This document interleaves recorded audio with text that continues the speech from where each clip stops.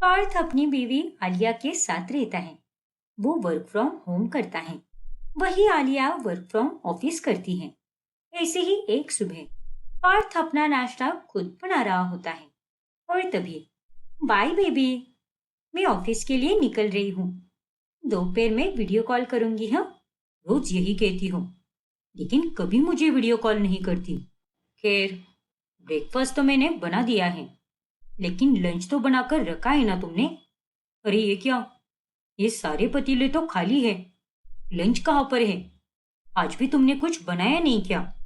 Sorry baby, वो मैं कल रात को देर तक प्रेजेंटेशन बना रही थी और फिर देर से सोने के कारण देर से उठ गई। इसीलिए ना तो मैंने कोई ब्रेकफास्ट बनाया और ना ही कोई लंच। तुम आज के लिए ऑर्डर कर दो ना, कल से मैं टाइम पर बनाया करूंगी। रहने दो आलिया, रोज का ही हो गया है तुम्हारा अब, इसलिए और झूठ मत बोलो। और कल रात को तुम प्रेजेंटेशन नहीं, बल्कि तुम्हारी सहेली के साथ 2 घंटे तक फोन पर बातें कर रही थी, जिस कारण तुम्हें सोने में देरी हो गई। अरे सच तो ये है कि तुम्हें मेरी कोई चिंता ही नहीं रही, बस अपनी में ही रहती हो तुम। देखो पार्थ, अब सुबह सुबह कलेश मत करो ना।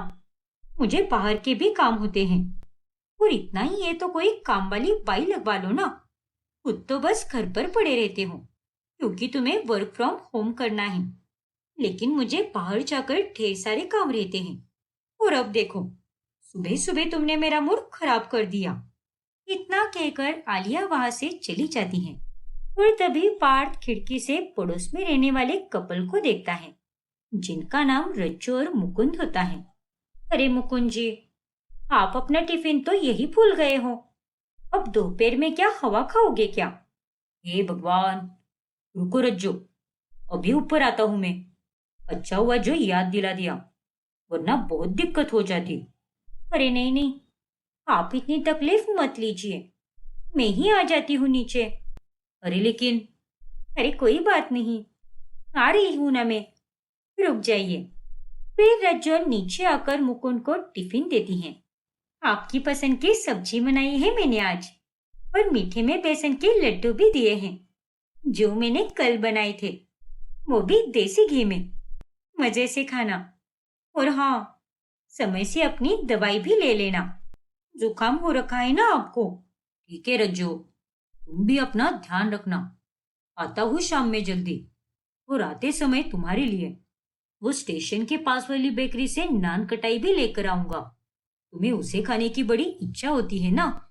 अरे नहीं नहीं, रहने दो आप, फिर कभी लेकर आना। अब आपकी तबीयत पहले से ही नरम गरम है, इसीलिए दफ्तर से सीधे घर चले आना। इधर उधर जाने की कोई जरूरत नहीं है। अरे लेकिन, नहीं नहीं, आपकी सेहत उस नान कटाई बिस्कुट से बढ़कर नहीं है मेरे लिए, इसीलिए आप सीधे घर चले आना। ठीक है बाबा, जैसा तुम कहो। ये दोनों तो कुछ ही दिन पहले यहाँ रहने आए हैं। रज्जू भाभी तो गांव से है, लेकिन कितनी अच्छी है। मुकुंद भाई का कितना ख्याल रखती है, और दोनों में कितना अटूट प्यार है। इनके प्यार को किसी की नजर ना लगे। ऐसे ही घर से काम करते समय पार्थ रोजाना मुकुंद और रज्जू को देखता रहता है। ये तुम क्या करते रहते हो पार्थ? जब देखो तब उन गवारों को देखते रहते हो। जरा अपने काम पर भी ध्यान दिया करो। कब से देख रही हूं मैं तुम्हें, लैपटॉप को छोड़कर उस खिड़की के बाहर ही देखते जा रहे हो। हाँ लिया, क्योंकि मुझे उन दोनों का प्यार देखना अच्छा लगता है। ये ओ, इतने पूरे दिन आ गए हैं क्या तुम्हारे, कि तुम इन जैसे गवारों का प्यार पसंद करने लगे हो? अरे कहाँ गया तुम्हारा क्लास पार्थ? वो चाहे गवार ही सही, लेकिन उनका दिल सोना है। दोनों एक दूसरे को बराबर इज्जत प्यार और स्नेह देते हैं, तो दो लोगों के बीच में और क्या चाहिए। खैर, तुम ये सब कहाँ समझ पाओगे। जाओ, तुम्हें पार्टी के लिए देरी हो रही होगी ना? वो तो है, पर मेरे पास ना तुम्हारी बोरिंग बातें सुनने का बिल्कुल भी समय नहीं है। मेरी कैब आ चुकी है और मैं जा रही हूँ पार्टी के लिए। वैसे पार्थ, इस ड्रेस में मैं कैसी लग रही हूँ? बहुत प्यारी लग रही हो Alia. Thank you so much Parth. चलो बाय, आती हूँ। हाँ, बस बाय ही बोलती हूँ, बाकी के वक्त तुम्हारे पास मेरे साथ बैठने के लिए समय ही कहाँ रहता है। बस अपना काम, दोस्त यार और अपनी लाइफस्टाइल, बस इन्हीं सब में पड़ी रहती हो तुम। पार्थ अपनी शादीशुदा जिंदगी से बड़ा नाखुश होता है। फिर रात में जब आलिया पार्टी से वापस लौटती है, तभी, चलो अच्छा हुआ जो तुम आ गई। अब जल्दी से हाथ मुंह धो लो और डाइनिंग टेबल पर बैठ जाओ। मैं खाना लगा देता हूँ। आज हमारी नई काम वाली छुट्टी पर थी, इसीलिए सारा खाना मैंने ही बनाया है। तुम्हारा फेवरेट वेज पुलाव और पापड़, सिंपल और यमी। ओ गॉड पार्थ, रात के 11 बज रहे हैं पर तुमने अभी तक खाना नहीं खाया। हाँ लिया, क्योंकि मैं तुम्हारी राह देख रहा था। मुझे तुम्हारे साथ खाना खाना था ना, इसीलिए मैंने तुम्हारा इंतजार किया। अरे यार, ये क्या हरकतें करते रहते हो तुम। ग्रो अप पार्थ, खुद खाना खाकर सो जाते ना। मैं तो बाहर बढ़िया सा खाना ठूस कर आई हूँ, इसीलिए अब मैं खाना नहीं खाने वाली। और ये खाना तुम ही खाओ अकेले। मैं चली सोने, मुझे बहुत नींद आ रही है। लेकिन आलिया, मैंने तुम्हारा फेवरेट पुलाव बनाया है। आलिया पार्थ की परवाह किए बगैर ही सोने चली जाती है, पर उसे इस बात का बहुत बुरा भी लगता है। फिर वो अकेले ही खाना खाता है। फिर अगले दिन, अरे आलिया, आज तो तुम जल्दी आ गई हो ना, तो चलो हम दोनों कहीं बाहर जाते हैं। वैसे भी कल संडे है ना, तो कल हम दोनों को ऑफ रहेगा। अभी शाम में ही निकलेंगे और रात को देर से आएंगे। नई मूवी भी लगी है, तो वही देखने चलेंगे और रात में डिनर भी बाहर से ही करके आएंगे। नहीं यार पार्थ, मैं काफी थक चुकी हूँ आज, और अब मुझे बस सोना है। कल रात की थकान अभी तक मिटी भी नहीं है, इसीलिए तुम अकेले ही चले जाओ, या फिर तुम्हारे दोस्त आकाश को लेकर जाओ अपने साथ। वो भी तुम्हारी तरह घर पर ही पड़ा रहता है। बस करो Alia, and what do you mean by घर पर ही पड़ा रहता है? अरे वर्क फ्रॉम होम वालों को बस यूं ही बदनाम करके रखा है। घर से काम करना जितना आसान और अच्छा लगता है, उतना ही वो काम मुश्किल भी होता है। अरे हम घर पर बैठकर कोई आराम नहीं फरमाते। तुम्हारी तरह हम लोग भी नॉन स्टॉप काम ही करते रहते हैं। फर्क बस इतना है कि तुम एक ऑफिस स्पेस में काम करते हो और हम लोग घर में काम करते हैं। अच्छा बाबा ठीक है, इतना हाइपर होने की कोई जरूरत नहीं है। हर बात पर हाइपर होने का मुझे कोई शौक भी नहीं है, लेकिन तुम बातें और हरकतें ही ऐसी करती हो कि मुझे हाइपर होना ही पड़ता है। सच में आलिया, पड़ोस के मुकुंद और रज्जो को देखकर मुझे बहुत बुरा लगता है। काश हम दोनों भी उनके जैसे रह पाते, लेकिन नहीं। जब जब मैं हमारे बीच में हुई सारी खटास भुलाकर मिठास लाने की कोई कोशिश करता हूँ, तब तब तुम रिश्ते और बिगाड़ देती हो। अरे ये क्या नाटक है तुम्हारा। जब देखो तब उन गवार पड़ोसियों की तारीफ करते रहते हो। अगर वो लोग तुम्हें इतने ही पसंद है, तो जाओ उन्हीं के साथ जाकर रहो।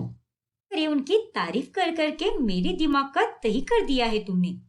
आलिया और पार्थ के बीच चल रहे झगड़े रज्जू अपनी खिड़की से देख लेती है, और ये पार्थ भी देख लेता है। पता नहीं रज्जू भाभी क्या सोच रही होंगे। इतने मॉडर्न पढ़े लिखे लोग होकर भी हम दोनों कितना झगड़ते रहते हैं। अब वो दोनों कटे कटे से रहने लगते हैं। एक हफ्ता ऐसे ही बीत जाता है, और तभी पार्थ का जन्मदिन आता है। और तभी पूरा दिन बीत गया है, लेकिन मैडम को अभी तक याद ही नहीं कि आज मेरा जन्मदिन है। खैर, मैं अपना काम निपटा लेता हूँ। वैसे भी आज का दिन कुछ खास नहीं है मेरे लिए। फिर शाम के समय आलिया को घर आने के बाद पार्थ के बर्थडे के बारे में याद आता है। और तभी, I am really sorry Parth, office में आज इतना ज्यादा प्रेशर था कि मुझे तुम्हारे बर्थडे के बारे में याद ही नहीं रहा। और मैं जानती हूँ पार्थ कि तुमने मेरे बर्थडे पर अपने हाथों से मेरे लिए केक बनाया था, खुद ही सारे डेकोरेशंस भी की थी, और मुझे इतना प्यारा सरप्राइज गिफ्ट भी दिया था। लेकिन मैं तुम्हारे लिए कुछ भी नहीं कर पाई।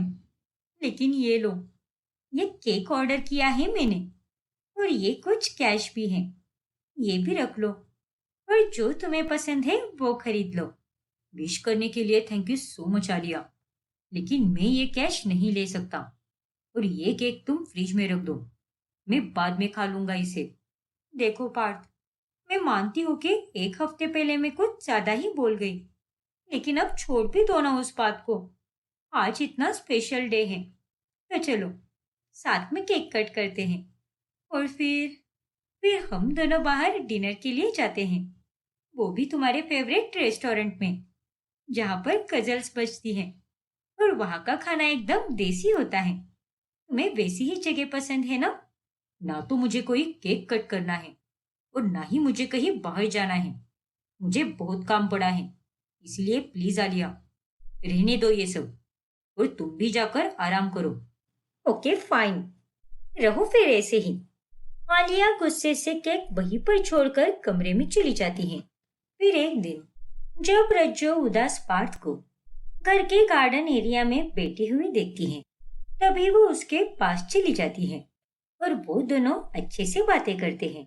वैसे मैंने ये हलवा बनाया था, तो वही देने चली आई। सोचा कि मीठे से ही पड़ोसी के रिश्ते की शुरुआत की जाए। आपकी बीवी कहाँ पर है? हमेशा की तरह वो बिजी है। उसके पास मेरे लिए वक्त ही कहाँ है भाभी। काश हमारी जोड़ी भी आपके और मुकुंद भाई के जैसी होती। मैं समझ सकती हूँ पार्थ जी, लेकिन पति पत्नी के बीच में छोटे मोटे झगड़े तो होते ही रहते हैं ना। अब मेरे और मुकुंद जी में भी बहुत झगड़े होते रहते हैं, लेकिन हम दोनों दिन के अंत में सुलह करके ही सोते हैं। कोई भी खटास अपने मन में दबा कर नहीं रखते हम। काश ये बात मेरी बीवी भी समझ पाती। क्या मैं समझा कर देखूं उन्हें? क्या पता वो समझ जाए। थैंक यू सो मच भाभी, लेकिन वो किसी की नहीं सुनती। फिर थोड़ी देर बाद रज्जो वहां से चली जाती है। तभी वहां पर आलिया आती है और वो रज्जो को पार्थ से मिलते हुए देखकर हैरान रह जाती है। ये क्या? ये खबर तो पार्थ को मिलने के लिए मेरे घर पर आई थी। कहीं इन दोनों के बीच कुछ? नहीं नहीं, ऐसा कुछ भी नहीं होगा। पार्थ की इतनी घटिया चॉइस हो ही नहीं सकती। वो मुझे कभी नहीं छोड़ सकता और उसे मुझसे अच्छी लड़की तो मिल ही नहीं सकती। मैं भी ना दिमाग के घोड़े को ज्यादा ही दौड़ा रही हूँ। फिर एक दिन जब आलिया और पार्थ दोनों डिनर के लिए बाहर जाते हैं, तभी आलिया उसे क्लब लेकर जाती है, जहाँ पर वो एक कोने में बैठकर सॉफ्ट ड्रिंक पीता है। अरे यार आलिया, ऐसा बोरिंग पति चुना है तुमने। ये तो एक कोने में बैठकर सॉफ्ट ड्रिंक पी रहा है। और नहीं तो क्या, नाच भी नहीं रहा ये तो। हमें नहीं पता था कि तेरी चॉइस इतनी सड़ी हुई होगी। अरे तू कैसी और तेरा पति कैसा? लिव इट गाइस, अब क्या ही बोलूं मैं उसे। उनकी बातों से पार्थ को बहुत बुरा लगता है और वो बीच पार्टी से ही वहां से चला जाता है। फिर बाद में, ये क्या है पार्थ, इस तरह से बीच पार्टी से क्यों निकल कर आए तुम? अरे पहले ही मेरे दोस्त तुम्हारे बारे में कुछ भी कह रहे थे और अब तुम्हारे इस तरह चले आने के कारण उन लोगों ने तो और बातें बनाई। जस्ट शट अप, बहुत हो गया तुम्हारा। तुम्हारे दोस्त मेरे बारे में गलत बोल रहे थे, लेकिन फिर भी तुमने कुछ भी नहीं कहा उन्हें। अरे हमारा प्लान डिनर का था, लेकिन तुम मुझे अचानक से क्लब लेकर चली गई और वहां जाकर तुम अपने दोस्तों के साथ खो गई। अरे तुम तो ये भी भूल गई कि वहां पर तुम्हारा पति भी मौजूद है। और तुम्हारा क्या, पति हो ना मेरे, लेकिन तुम तो एक बच्चे की तरह कोने में बैठकर सॉफ्ट ड्रिंक पी रहे थे। क्यों, तुम्हें नहीं लगा क्या कि मेरी खुशी के लिए तुम्हें मेरे साथ आना चाहिए था? ओ प्लीज आलिया, तुम्हारी खुशी के लिए मैंने क्या क्या किया है, अब वो सब मुझसे मत गिनवाओ। और यही फर्क है तुम में और उस रज्जो भाभी में। तुम्हारे लिए सब कुछ इम्पोर्टेंट है, सिवाय तुम्हारे पति के। अरे तुमने तो मुझे हमेशा ग्रांटेड ही लिया है। बस करो पार्थ, उन गवारों के साथ कंपेयर मत करो मुझे। अरे उस गवार पड़ोसन को और क्या ही काम है, बस अपनी पति की सेवा करती रही। अरे अपने पति की सेवा करने के अलावा उस गवार पड़ोसन को और काम ही क्या है? लेकिन तुम्हारी इतनी डाउन मार्केट और घटिया सोच कैसी हो गई? सच में पार्थ, घर बैठे बैठे तुम पागल हो गए हो। और इसीलिए कहती हूँ मैं कि तुम भी वर्क फ्रॉम ऑफिस करो। चार अच्छे और क्लासी लोगों में उठोगे बैठोगे तो अपने आप तुम्हारी सोच में भी अच्छा बदलाव आएगा। सोच में बदलाव लाने की मुझे कोई जरूरत नहीं है। अरे असली जरूरत तो तुम्हें है। यू नो व्हाट आलिया, मुझे ना तुम्हारे साथ रहना ही नहीं है। बस बहुत हो गया अब। हमारा अलग होना ही सही रहेगा और तुम यहाँ पर अकेली ही रहो। हाँ हाँ चले जाओ, मैं भी पक गई हूँ तुमसे। फिर झगड़े के बाद पार्थ अपना सारा सामान लेकर दूसरे फ्लैट में रहने चला जाता है और तभी 2 दिन अकेले रहकर आलिया को बहुत अकेलापन महसूस होता है और पड़ोस वाले मुकुंद और रज्जो के प्यार को देखकर आलिया अब बहुत भावुक हो जाती है। शायद मैं ही गलत थी। मुकुंद जी इतने काम में व्यस्त होने के बावजूद भी अपनी बीवी को कितना टाइम देते हैं। रज्जो भी घर पर कितने काम करती है, लेकिन मुकुंद जी के आने तक सारे काम निपटा देती हैं। फिर दोनों साथ में बैठकर अच्छा समय बिताते हैं। शादी में एक दूसरे को समय देना, एक दूसरे को समझ कर लेना और छोटे छोटे पलों को पूरी खुशी से जीना, यही शादी के बंधन को और मजबूत बनाता है।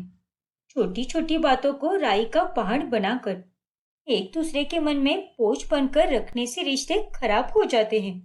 और पार्थ ने तो हमेशा से ही मेरी हर छोटी खुशी का ख्याल रखा है, लेकिन मैंने ही उसे हमेशा ग्रांटेड लिया है। पर अब और नहीं, अब मैं हमारे रिश्ते को ठीक करके ही रहूंगी। फिर आलिया पार्थ के पास जाकर उससे माफी मांगती है। प्लीज मुझे माफ कर दो पार्थ, क्योंकि मुझे मेरी गलतियों का एहसास हो चुका है और मुझे तुम्हारे साथ वैसा बर्ताव नहीं करना चाहिए था पार्थ। माफ करके सब कुछ भुलाना मुश्किल है, लेकिन हाँ, तुम्हारी आंखों में जो आंसू हैं वो झूठे नहीं हैं और मुझे भी समझ आ रहा है कि तुम्हें इस बात का वाकई में एहसास हो गया है और मैं हमारे इस रिश्ते को एक नए सिरे से शुरू करने के लिए तैयार हूँ। Thank you so much Parth. I love you. Love you too Alia. फिर उस दिन के बाद से वो दोनों एक साथ खुशी से रहने लगते हैं और साथ ही मुकुंद और रज्जो भी उनके खास दोस्त बन जाते हैं। कोमल सुबह सुबह 6 बजे उठकर रसोई में जाती है। मैं तो अपने ससुराल में पहले ही दिन कितना लेट हो गई हूँ, लेकिन अब मुझे जल्दी करनी होगी और सबके लिए 7 तरह के पराठे बनाने होंगे। आज तो मैं इन्हें इतना अच्छा नाश्ता करवाऊंगी ना कि सबके मुंह से तारीफें बटोर लूंगी, जैसे कि मैं तारीफों के लिए ही बनी हूँ। चलो अब फटाफट तैयारी शुरू करती हूँ। फिर जब कोमल के ससुराल वाले वहां पर आते हैं तभी, अरे कोमल, तुम कितने बजे उठी थी? मैं तो सुबह के 6 बजे ही उठ गई थी अरुण। और वो क्या है ना, आज मेरी ससुराल की पहली रसोई की रस्म है, तो इसीलिए मैंने ये सोचा कि सबके लिए नाश्ते में कुछ अच्छा सा बना दूं। अरे वाह बहू, तू तो बड़ी गुणवान निकली। मतलब हम सब लोगों को आवाज तक नहीं आई कि तू सुबह इतनी जल्दी उठी है और तूने तो सुबह उठकर सबके लिए नाश्ता भी बना दिया। सच में कमाल कर दिया बहू। शुक्रिया माँ जी। वैसे भी ये काम मुझे देर से हो या जल्दी हो, करने तो मुझे ही है। और अगर मैं आप लोगों के उठने का इंतजार करती और फिर उसके बाद में नाश्ता बनाने लगती तो आपको खाना खाने में और देर हो जाती। इसलिए मैंने जल्दी उठकर सारा खाना बना दिया। चलो मैं आप सबको परोस देती हूँ। फिर कोमल सबको नाश्ता परोसती है और अलग अलग प्रकार के पराठे देखकर पूरा परिवार खुश हो जाता है। वाह भाभी, आपने तो 7 तरह के पराठे बनाए हैं। आलू, प्याज, मटर, गोभी, पनीर और ये मशरूम। वाह। हाँ, मैंने सबके लिए अलग अलग बनाए हैं पराठे, क्योंकि मैंने ये सोचा कि किसी को अगर कुछ पसंद ना आ जाए तो उसके लिए दूसरा ऑप्शन तो होना ही चाहिए ना। इसलिए मैंने सबके लिए अलग अलग पराठे बना दिए। अरे तुझे पता नहीं बहू, लेकिन आज तक इस घर में सुबह के समय तो कभी आलू के पराठे नाश्ते में खाए ही नहीं होंगे, क्योंकि हम लोग तो इतने आलसी हैं कि नाश्ते के समय कोई उठ ही नहीं पाते और पराठे बनाने में तो सबको इतनी मेहनत लगती है कि कोई उसे बनाता भी नहीं। लेकिन आज तो तूने सुबह सुबह जल्दी उठकर सबके लिए 7 तरह के पराठे बना दिए।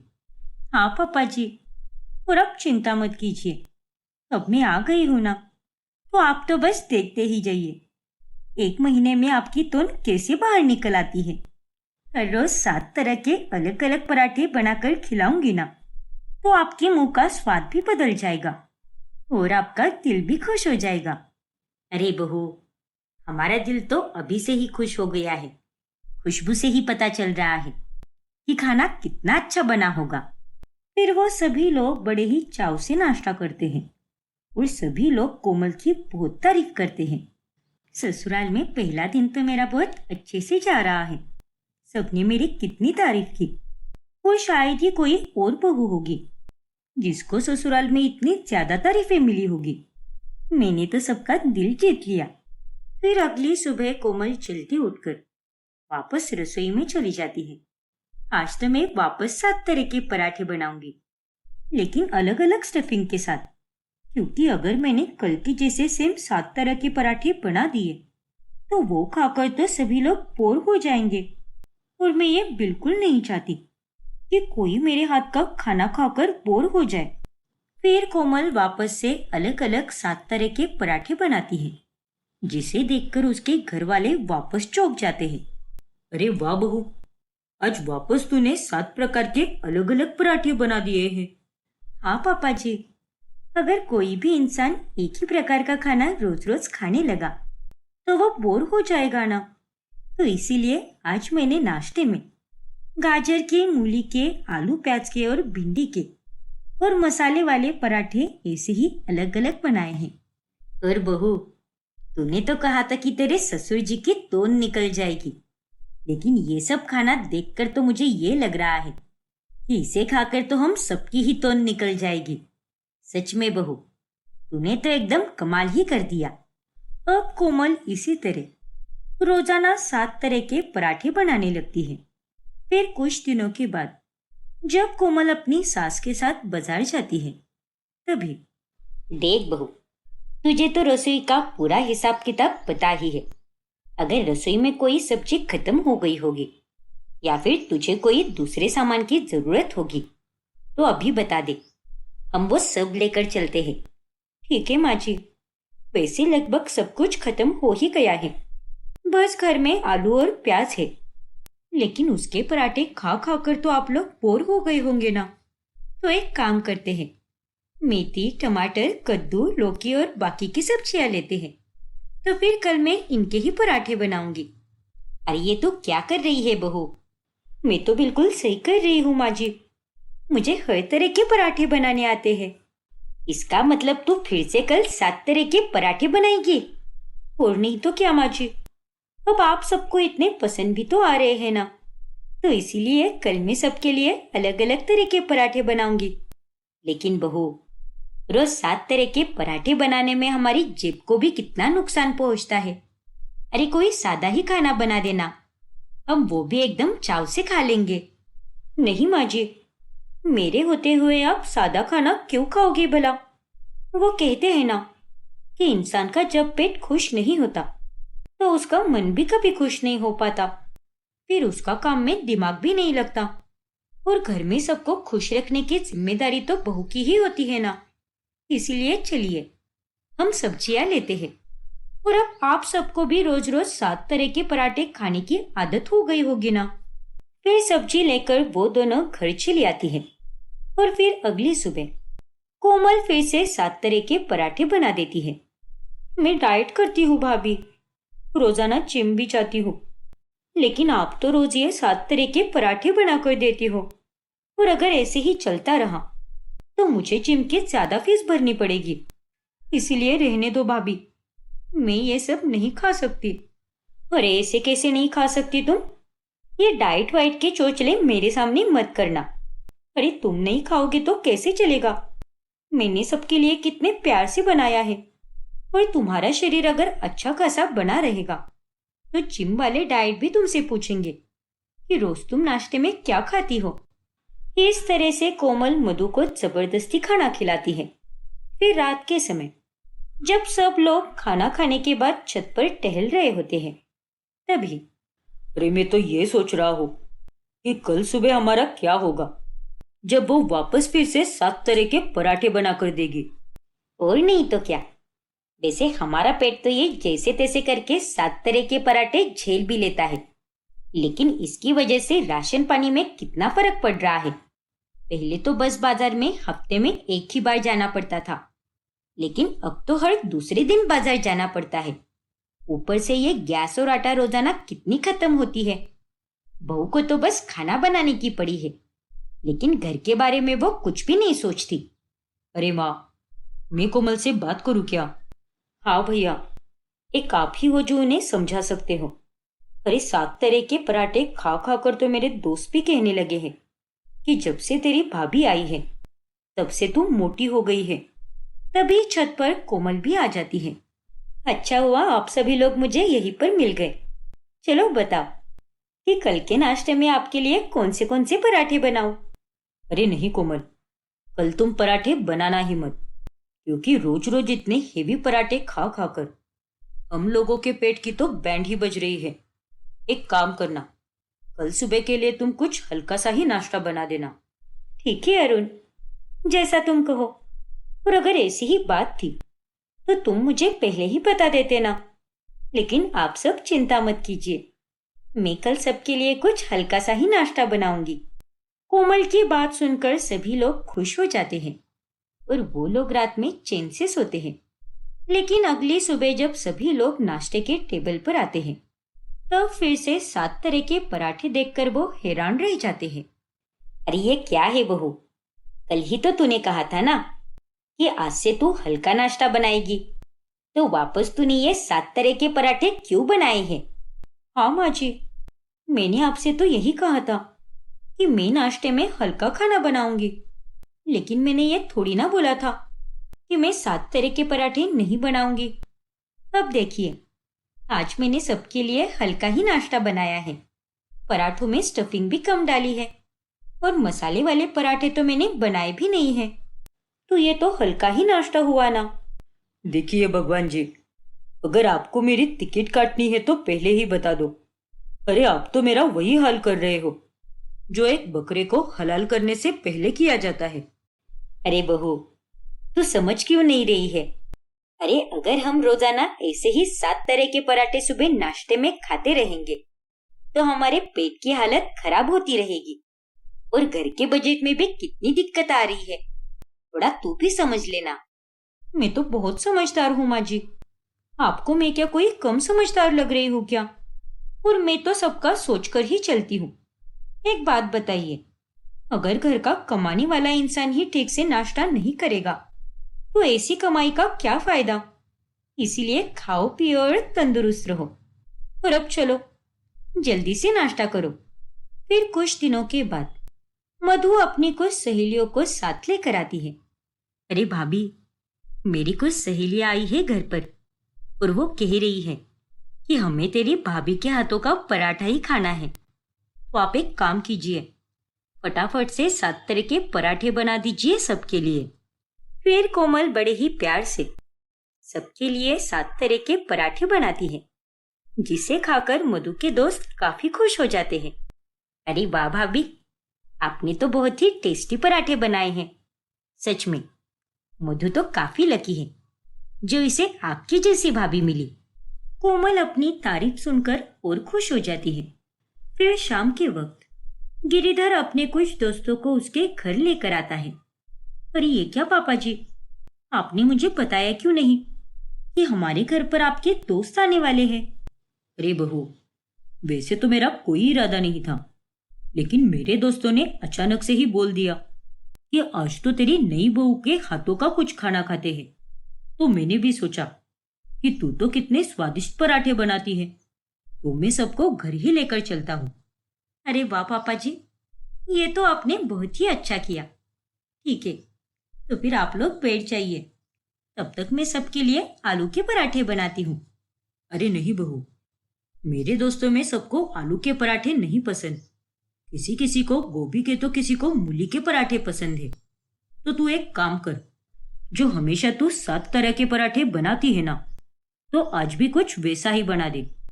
ठीक है पापा जी, मैं सबके लिए अलग अलग पराठे बनाती हूँ। फिर पराठे बनाने के बाद कोमल अपने कमरे में आराम कर रही होती है कि तभी उसके कमरे में कोमल की सास आती है। अरे माँ जी, आप यहाँ पर? कोई काम है क्या? हाँ बहू, दरअसल मेरी 20 से 25 सहेलियां आई है। वो क्या है ना, आज मेरी किट्टी पार्टी थी और मेरी सारी सहेलियां तो घर का ही बना हुआ खाना खाना चाहती थी। तो इसीलिए मैंने सोचा कि किट्टी पार्टी बाहर रखने से अच्छा तो यही सही रहेगा कि इन सबको मैं खाना घर पर ही बना कर देती हूँ। क्यों, सही किया ना मैंने? लेकिन माँ जी। अरे अब ये लेकिन वेकिन क्या कर रही है तू? अब चल, फटाफट से रसोई में जा और सबके लिए गर्मा गर्म पराठे बना दे। और हाँ, एक ही तरह के मत बनाइयो, अलग अलग तरह के बनाइयो सबके लिए। अरे हमें तो तेरे हाथ के पराठे बहुत पसंद है और आज जब मेरी सहेलियां खाएंगी ना तो वो भी तेरी फैन बन जाएगी। लेकिन माँ जी। अरे क्या तू भी बहू, ये लेकिन वेकिन क्या करते जा रही है? अब बातों में ज्यादा समय जाया मत कर और जल्दी से सबके लिए पराठे बना दे। कोमल परेशान होकर रसोई में जाती है और वो वहां पर शांति रहती है। फिर कुछ देर के बाद वो सबके लिए चाय के साथ पापड़ लेकर आती है। अरे ये क्या है बहू? माफ करना माँ जी, लेकिन इतने सारे पराठे मुझसे नहीं बनाए जाएंगे, वो भी अलग अलग तरह के। फिर थोड़ी ही देर में सास की सहेलियां वहां से चली जाती है और वहां पर पूरा परिवार जमा होता है। देखा बहू, यही बात तो हम तुझे कब से समझा रहे थे, लेकिन तू है कि समझ ही नहीं रही थी। हाँ माँ जी, लेकिन अब मैं सब समझ गई हूँ। अरे माना कि 7 तरह के पराठे बनाकर तुझे तारीफें मिलती है लोगों से, लेकिन जरा घर के बजट के बारे में तो कभी सोच लिया करना। और ये सब करके तो कितनी थक भी जाती होगी। हाँ माँ जी, आप सही बोल रही हो। आप सब तो मुझे कब से समझाते आ रहे हैं, लेकिन मैंने ही अपने आगे किसी की नहीं सुनी। लेकिन माँ जी, अब मुझे माफ कर दीजिए, क्योंकि आगे से मैं ये गलती कभी नहीं करूंगी। ठीक है बहू, और अगर तुझे ये 7 तरह के पराठे बनाने ही हैं, तो महीने में 1 या 2 बार बनाया करना। उसी बहाने तुझे भी खुशी मिलेगी और हम लोग भी उसका आनंद उठा पाएंगे। इस तरह से अंत में कोमल को अपनी गलती समझ आती है और उस दिन के बाद से वो 7 तरह के पराठे बनाना बंद कर देती है। हाँ हाँ, और क्या? अरे ऐसा कोई भी काम नहीं है जो मेरी बहू नहीं कर सकती। अरे मेरी बहू तो हजारों में एक है। क्या बात है मीनाक्षी, अरे मेरी बहू भी कोई कम नहीं है। इतने बड़े घराने से आई है, फिर भी एक कौड़ी का घमंड नहीं है उसमें। वो मेरी अनुमति के सिवाय कोई भी काम नहीं करती। दिखने में तो एकदम किसी फिल्म की हीरोइन लगती है। हाँ हाँ, ये बात तो तूने एकदम सही कही। एकदम ऐश्वर्या राय की कार्बन कॉपी लगती है तुम्हारी बहू। सभी अपनी बहुओं की तारीफ कर करके एक दूसरे को जला रही होती है और उनमें बैठी सरला ये सब सुनकर बहुत ज्यादा गुस्सा हो जाती है। इन लोगों को तो ऐसा लगता है कि इनकी बहुओं के सिवाय इस दुनिया में कोई अच्छा है ही नहीं। अरे सरला, तू क्यों मूर्ति बनकर बैठी है? अरे बैठे भी क्यों ना, अभी तक इसकी बहू जो नहीं आई। हाँ, और अफसोस तुझे अच्छी बहू ढूंढकर भी नहीं मिलने वाली, क्योंकि आजकल का जमाना बहुत बदल गया है। अरे हम सबके बेटों की शादी तो आज से 4 से 5 साल पहले हुई थी। हाँ, और 4-5 सालों पहले लड़कियां काफी सुशील थी, लेकिन अब सबकी सब एकदम बिगड़ेल हो चुकी है। अरे तुम लोगों को क्या लगता है तुम्हारी ही बहू कमाल की है क्या? अरे तुम लोगों की बहू होंगी कहीं की हूर परिया, लेकिन देखना एक दिन मैं भी ऐसी बहू लेकर आऊंगी जो हजारों में तो क्या लाखों में एक होगी। क्या बात है सरला, फिर तो हमें भी अब बेसब्री से इंतजार रहेगा। सही कहा। वैसे सरला, तू तो इस मोहल्ले की सबसे अमीर औरत है, तो तुझे तो कोई भी बहू मिल जाएगी। बात तो तूने एकदम सही कही, लेकिन मुझे पैसों की लालची या कामचोर बहू नहीं चाहिए। मेरी बहू में सारे गुण होने चाहिए और वो एकदम हटके होनी चाहिए। तुम लोग तो बस देखते ही रह जाओगे जब मैं अपनी बहू लेकर आऊंगी। सरला अब पंडित जी का कान खाने लगती है। अरे सरला बहन, इतनी सारी लड़कियों की तस्वीरें तो भेज दी है मैंने आपको, और उसके साथ मैंने उनका बायोडेटा भी भेज दिया है। वो सब मैं नहीं जानती पंडित जी, मुझे और तस्वीरें चाहिए। अरे ये सारी लड़कियां एकदम मामूली सी है, लेकिन मेरी बहू अलग होनी चाहिए। एकदम ऐसे जैसे जब भी कोई उसे देखे तो उसका मुंह खुला का खुला रहना चाहिए। बाप रे सरला बहन, आपकी फरमाइश कुछ ज्यादा ही है। हाँ तो आपको दक्षिणा भी उतनी ही दे रही हूं ना मैं। देखिए पंडित जी, मेरे काम में ज्यादा आलस मत कीजिए और मुझे जल्द से जल्द कोई अनोखी लड़की ढूंढ कर दीजिए। ठीक है सरला बहन, रखता हूं मैं फोन। राधे राधे। राधे राधे पंडित जी। अभय एक बहुत ही बड़ा बिजनेसमैन होता है और पूरे मोहल्ले में केवल एक ही बंगला होता है और वो सरला का बंगला होता है। ऐसे ही एक रोज जब सरला अभय के कमरे में जाती है, तभी वहां पर पड़े हुए फोन में वो मैसेज देख लेती है। अरे ये क्या, ये अभय तो किसी विदेशी लड़की से बातचीत कर रहा है। हे भगवान, मामला तो काफी गंभीर लग रहा है। बाप रे, ये चुम्मी वाली इमोजीज, वो भी इतने सारे। उतने में वहां पर अभय आ जाता है और वो सरला से फोन छीन लेता है। ये आप क्या कर रही हो माँ? दूसरों का फोन देखना बुरी बात होती है, आइंदा से ऐसा कभी मत करना। अरे लेकिन निकम्मा कहीं का, सच सच बता, कौन है ये लीजा नाम की चुड़ैल? अरे माँ प्लीज उसे चुड़ैल मत कहिए। हम दोनों ऑनलाइन फ्रेंड्स हैं और वो लंदन में रहती है। ऐसा वैसा कुछ भी नहीं है, बस अच्छे दोस्त हैं हम। अरे सब पता है मुझे, देख लिया मैंने कितने अच्छे दोस्त हो। मैं कोई अनपढ़ या गंवार नहीं हूँ, मुझे भी पढ़ना लिखना आता है। ओफो माँ, क्या अभी? चल चल, ज्यादा परेशान मत हो, मैं तुझे कुछ भी नहीं बोलूंगी। अरे अभी तो तेरी उम्र है, कर ले जो करना है। मुझे दाल भात में मुसलचंद नहीं बनना है, पागल कहीं का। ठीक है माँ। इतना कहकर सरला वहां से चली जाती है और वो अब दिन रात उस फिरंगी लड़की के बारे में ही सोचती रहती है।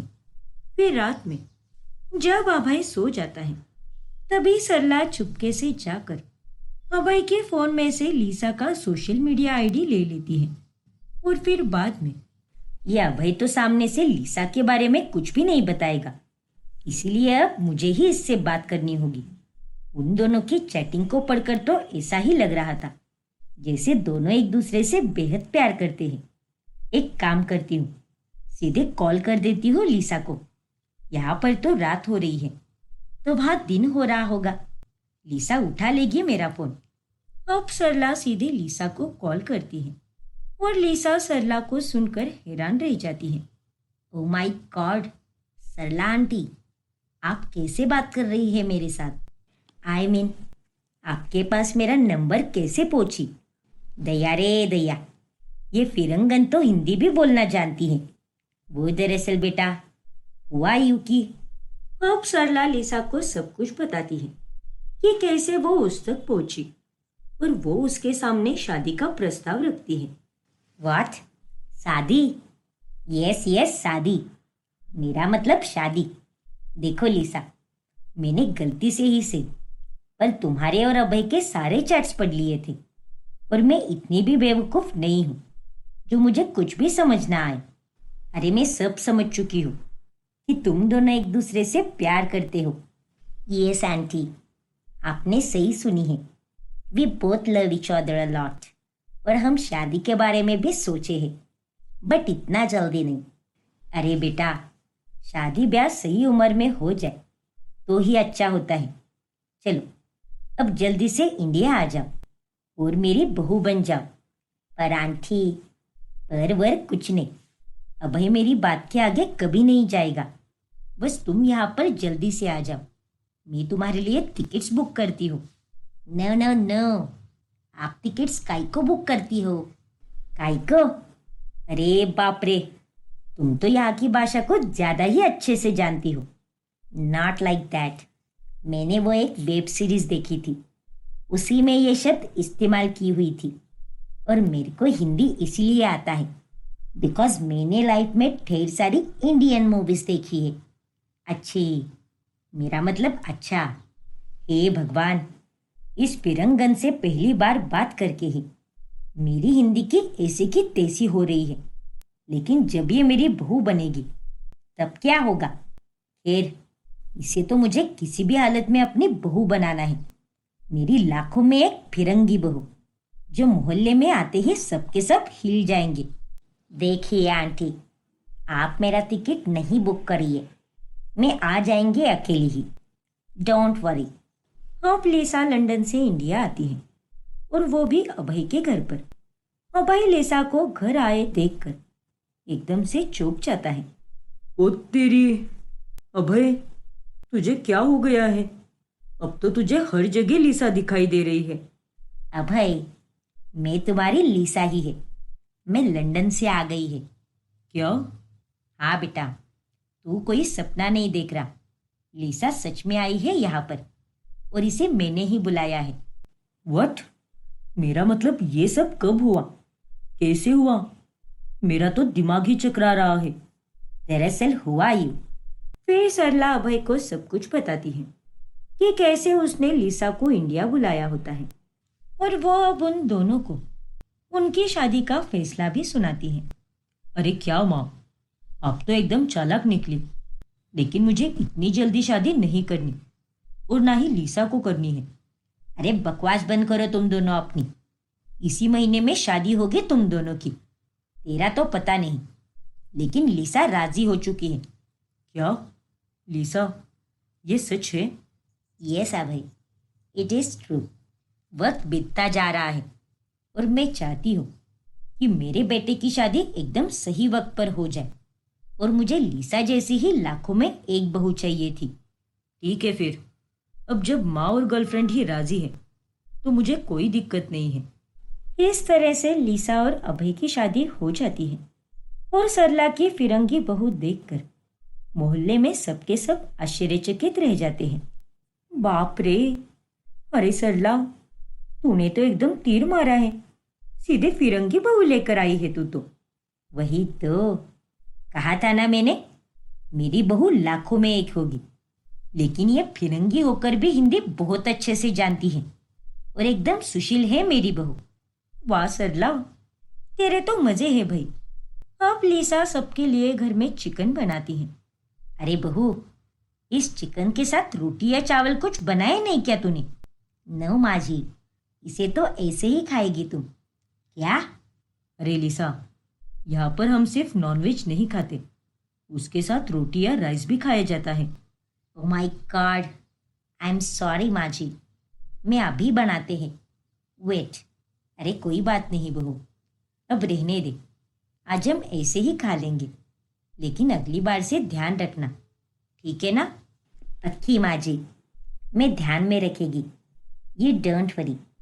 मोहल्ले की औरतों को सरला से अब जलन होने लगती है, इसलिए एक दिन वो लिसा के साथ मस्ती करती है। अरे लिसा, जरा यहाँ पर आओ तो। नमस्ते काकड़ी जी। काकड़ी जी? अरे गधेड़ी, वो काकी जी होता है। ओह सॉरी काकी जी, मेरा हिंदी नॉट सो गुड। बोलिए ना, क्या हुई है? मेरा एक काम करोगी क्या? उस बूढ़े आदमी के पास चली जाओ और उससे कहो चुम्मा चुम्मा दे दे। व्हाट? काकी जी, मैं कोई बुद्धू नहीं है। बचपन से इंडियन फिल्म्स देखते आई है मैं। चुम्मा चुम्मा दे दे मेरा फेवरेट सॉन्ग है। आपको लगा कि ये फिरंगी है तो इसको येड़ा बना देते हैं। बेटे से नहीं हो पाएगा। तभी वहां पर सरला आती है। अरे कितनी बड़ी जलकुकड़ी है रे तू। मेरी बहू से ऐसी हरकतें करवा कर उसकी इज्जत की धज्जियां उड़ाना चाहती है क्या? अरे नहीं सरला, मैं तो वो। अरे दफा हो जा मेरी नजरों के सामने से, वरना मुझसे बुरा और कोई नहीं होगा। फिर वो औरत वहां से भाग जाती है। फिर एक दिन जब सरला बाजार से घर आती है, तभी वो लिसा को फोन पर बात करते हुए सुन लेती है। अरे टेंशन काय को लेता, अपन है ना, अपन जो करने आएला है वो करके ही रहेगा मेरी जान। क्या माझी, आप इधर? लेकिन बहू, तू इतनी शुद्ध और गुंडे मवाले वाली हिंदी में कैसे बात कर रही थी और किससे बात कर रही थी? माझी, वो मैं अभय से ही बात कर रही थी, उसके साथ मस्ती कर रही थी। उसका दिल जीतने के लिए आई है मैं इधर, तो बस वही बात कर रही थी। हे भगवान, तुम दोनों भी ना सच में पागल कर दोगे मुझे किसी दिन।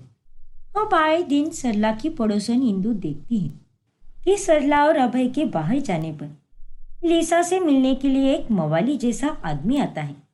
ऐसे ही एक दिन जब वो झाँक कर देखती है, तभी बस कुछ दिन और फिर मैं उस लंगूर अभय की सारी प्रॉपर्टी हड़प कर उसे धोखा दे दूंगी और फिर अपन दोनों भाग जाएंगे यहाँ से और मस्त ऐश करेंगे।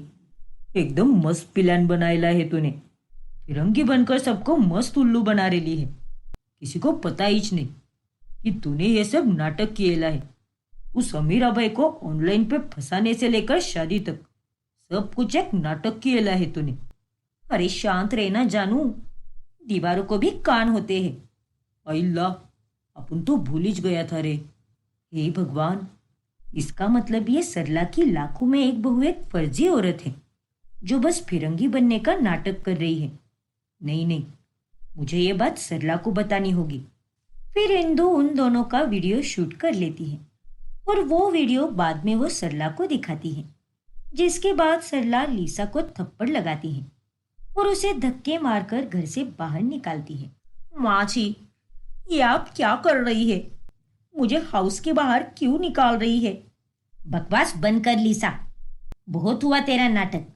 हमें तेरा सच पता चल चुका है कि तू एक नकली फिरंगी है और तूने ये सब सिर्फ मेरे बेटे के पैसे हड़पने के लिए किया है। अरे भला हो उस इंदु का, उसने आज मुझे बचा लिया। अरे वो चाहती तो ये वीडियो हर तरफ फैला देती, पर उसने ऐसा नहीं किया। अभय, तुम्हारी मॉम ये क्या कह रही है? चुप हो जाओ लिसा, एक नंबर की फ्रॉड हो तुम। निकल जाओ यहाँ से, वरना मैं तुम्हें पुलिस के हवाले कर दूंगा। फिर अंत में लिसा का पर्दाफाश होने पर वो कहीं की नहीं रहती और लाखों में एक बहू ढूंढने के चक्कर में सरला को भी एक अच्छा सबक मिलता है।